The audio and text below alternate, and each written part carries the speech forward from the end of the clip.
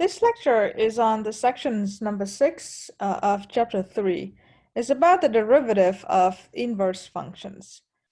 First, let's consider the fact. The first fact is if you have a function f of x and you compose f of x with the inverse functions of f of x, right? Then you will get the value of x. You just get the x out of it.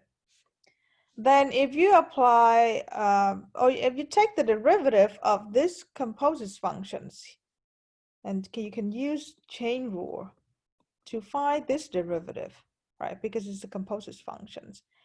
And using the chain rule, you will get f prime of f inverse of x multiplied to f inverse of x, the derivative of the inverse of x. So make sure this is the derivative functions. This is derivative function, and the prime here indicates for the derivative of the inverse functions. Okay, and this is the left side, and the right side is the derivative of x is just 1. That means if you want to find the derivative of the inverse functions, right,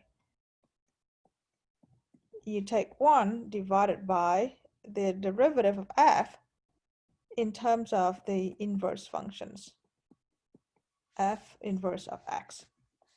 So we just derive a formula that helps us find the derivative of the inverse functions of a function's f of x.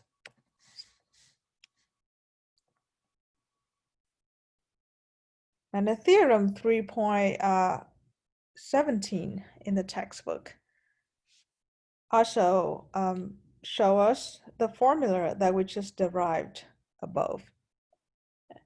In the textbook, sometimes they use g as the inverse functions of f of x. But in case that you see there's a g, the function g, and they say the function g is the inverse function of f of x, g can be just replaced by the f inverse of x. All right, so you can find the derivative of the inverse of x when the derivative of f in terms of the inverse functions is not 0, because you have to divide this term, and this term cannot be 0. Okay. Well, let's look at the first example. If you consider the functions f of x, and you want to find the derivative of the inverse function of f of x, how can we find it? If f of x equals sine of x, then the inverse of f of x is the arc sine of x. Okay, so that means this question is, what is the derivative of the arc sine of x? Pretty sure that we're going to use this formula up here. All right, so in this formula, this is what we're looking for, and this is what we need to find. So what is f prime of f inverse of x?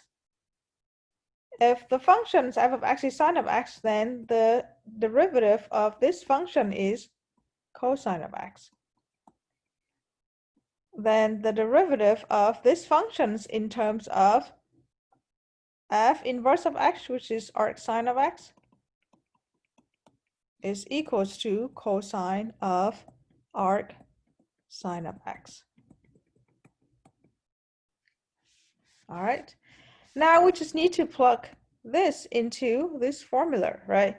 So the derivative of arc sine of x equals to 1 over cosine of arc sine of x. From here, we will use another trig identities. Another trig identities is sine of x squared plus cosine of x squared equals to 1. Thus, cosine of x equals to square root of 1 minus sine of x squared. Okay, check the plus side. Then we can replace the cosine in terms of sine here. from here, it's going to be the same as 1 over, instead of cosine, you plug 1 minus sine square of arc sine of x.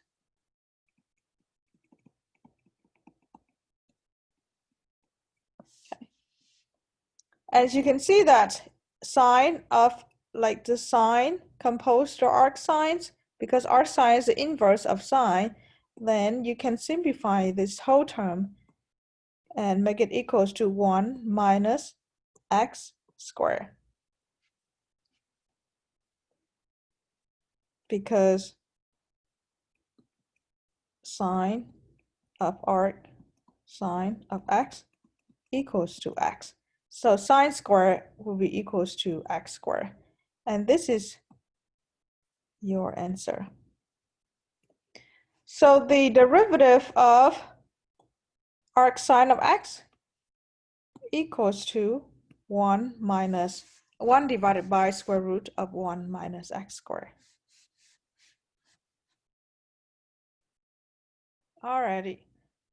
Now let's discuss the next example, tangent of x. So if tangent of x is the functions f of x, then the inverse functions of x is arctangent of x, right? Then the question is, what is the derivative of arctangent of x? Again, if we have f of x equals to tangent of x, then the derivative of f of x equals to secant square of x. And if you remember, there's one of the trig functions saying, one of the trig identities is secant square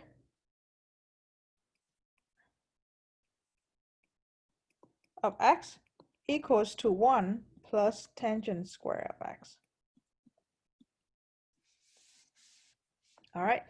Now, using the formula above, we can try to find the derivative of arctangent of x equals to 1 over the inverse of the derivative of f in terms of the inverse function of f of x.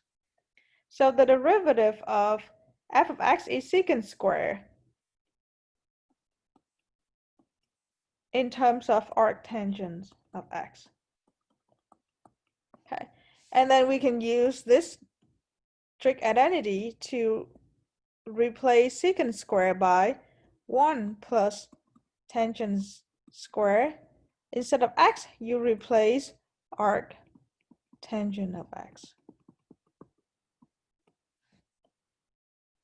And as you know that tangents composed to arctangents will give you just x, and you have tangent square, so the answer for this derivative is 1 plus x squared.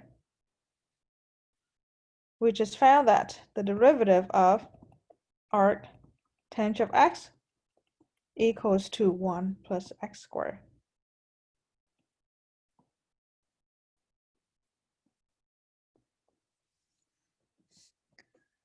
And if you use the same strategy, use the same formula to find the derivative of inverse functions, you can find that the derivative of all of these inverse functions here can be given, can be found as using these formulas here. Okay. So this table provides the derivative of some inverse functions, inverse function of trigonometry functions. And also in this table, the formula is given in the form of u, right? Using u instead of x, where u is of differentiable functions of x. So then the derivative of arc sine of u equals to u prime divided by 1 minus u squared. Derivative of arc cosine of u equals to negative u prime divided by 1 minus u squared. Derivative of arctan of u equals to u prime divided by 1 plus u squared. Derivative of arc cotangent of u equals to negative u prime divided by 1 plus u squared. Derivative of arc secant u equals to u prime divided by square absolute value of u times to square root of u squared minus 1. And the derivative of arc cosecant of u equals to negative of u prime divided by absolute value of u times to the square root of u squared minus 1. So keep in mind that u here, right, u is a functions, is the differential functions of x. So that reminds you of the chain rule, because in the chain rule, you usually define u as the inner functions, and then you find the outer functions, and then use the formula to find the derivative. So in this table here, you can consider that u is the inner functions, and our sign here is the outer function, and so on and so forth. So let's look at the next example. So if you're given the function f of x equals arc sine of x plus 1, then now we can identify that this should be u, right? And then if u equals to x plus 1, then u prime equals to 1, okay? And then you can find the derivative of these functions using the formula above here. And remember that we derived this formula up here, right? When u equals to x. We found it here. So f prime of x, right? The derivative of this function equals to u prime by the formula u prime divided by 1 square root 1 minus u squared. Okay. And we know u prime is 1 divided by square root of 1 minus u squared, and u here is x plus 1. You can just keep it this form. Yeah, this is how you find the derivative of these functions. How about arctangent of square root of x? Then now u is square root of x. Then u prime is 1 over 2 square root of x. Then the derivative of this functions equals to u prime, right, divided by 1 plus u squared. You can see it here. 1 plus u squared is our derivative of arctangent of u. It's equals to 1 over 2 square root of x divided by 1 plus square root of x squared. This one, maybe we can try to simplify it. It's 1 over 2 square root of x times 1 plus x. I just combine the two fractions together by multiply the denominator, right? And then I simplify the square root of x squared. It's just going to be x. Next, so arc cosine of 3x. Again, we identify that u is 3x, then u prime is 3. So then using the formula, the derivative of arc cosine equals to negative u prime divided by square root of 1 minus u squared. The reason I remember, the key that helps me remember the arc cosine is arc cosine looks almost exactly the same as arc sine. However, it has a minus instead of a plus.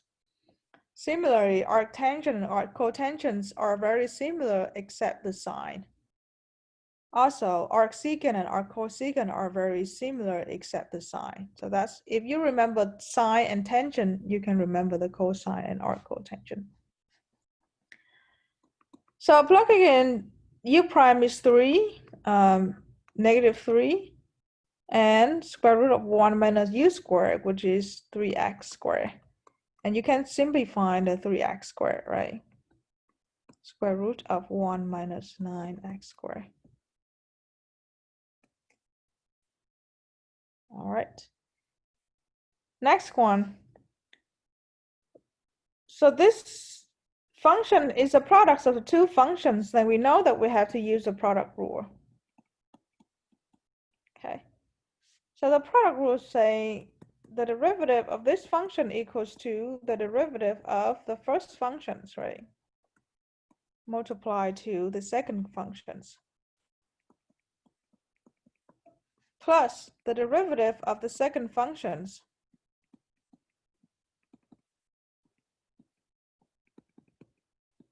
and multiply to by the first functions.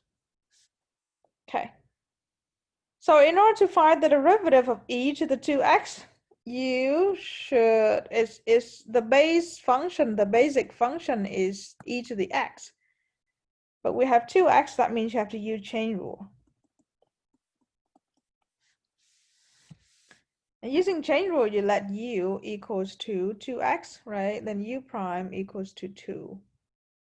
F of u equals to e to the u, then f prime of u equals to e to the u. Then the derivative of each of the two x is going to be 2